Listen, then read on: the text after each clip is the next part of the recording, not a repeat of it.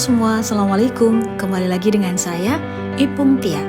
Di video kali ini, saya akan sharing informasi berkaitan dengan surat yang dilayangkan Badan Kepegawaian Negara atau BKN kepada pejabat pembina kepegawaian pusat dan pejabat pembina kepegawaian pemerintah daerah. Tapi, seperti biasa, jangan lupa like, komen, share, dan subscribe dulu ya. Kawan, Deputi Bidang Pembinaan Manajemen Kepegawaian Badan Kepegawaian Negara melayangkan surat kepada pejabat pembina kepegawaian instansi pusat dan pejabat pembina kepegawaian instansi daerah perihal pembinaan jabatan fungsional kepegawaian. Badan Kepegawaian Negara atau BKN sebagai instansi pembina jabatan fungsional kepegawaian memandang perlu menyampaikan hal-hal sebagai berikut.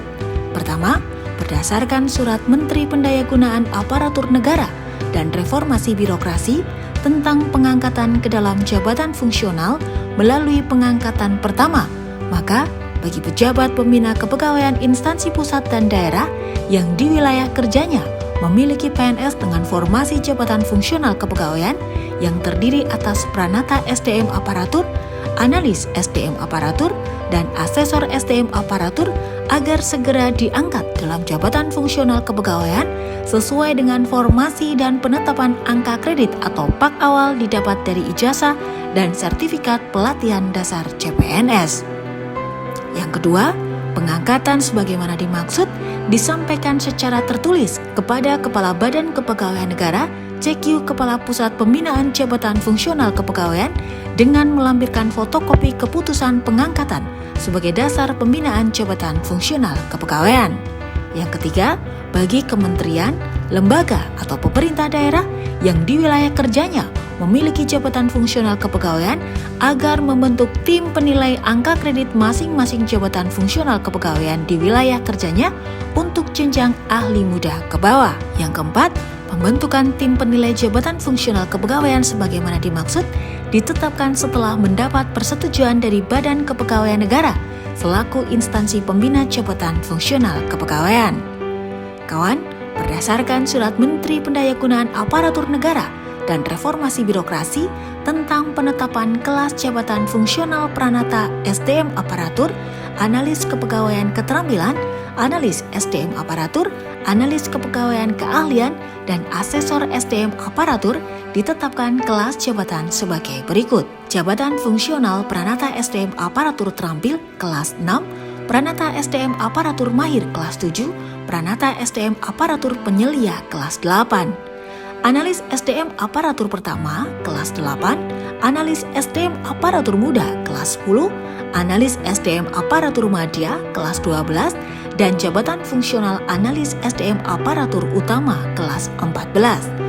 Sementara jabatan fungsional asesor SDM pertama kelas 8, asesor SDM aparatur muda kelas 10, asesor SDM aparatur madya kelas 12, dan jabatan fungsional asesor SDM aparatur utama kelas 14. Selanjutnya, berdasarkan ketentuan sebagaimana dimaksud, maka seluruh kementerian, lembaga, pemerintah daerah agar memberlakukan kelas jabatan sesuai dengan surat Menteri Pendayagunaan Aparatur Negara dan Reformasi Birokrasi tentang penetapan kelas jabatan fungsional pranata SDM aparatur, analis SDM aparatur, dan asesor SDM aparatur. Yang selanjutnya, dalam rangka peningkatan kapasitas dan kompetensi pejabat fungsional kepegawaian agar seluruh kementerian, lembaga, pemerintah daerah untuk menyusun perencanaan pengembangan kompetensi dengan menyediakan alokasi anggaran yang memadai. Sehubungan dengan tugas pokok dan fungsi Badan Kepegawaian Negara sebagai instansi pembina jabatan fungsional kepegawaian, BKN meminta agar kementerian, lembaga, dan pemerintah daerah dapat menyampaikan data pejabat fungsional kepegawaian untuk semua jenis pengangkatan di lingkungan instansi sebagai bahan pengendalian dan rancangan pengembangan jabatan fungsional kepegawaian. Penyampaian data sebagaimana dimaksud meliputi surat pengantar dalam bentuk file PDF dan data pegawai dalam bentuk file Excel. Dan berikut contoh lampiran data pejabat fungsional kepegawaian di instansi Badan Kepegawaian Negara.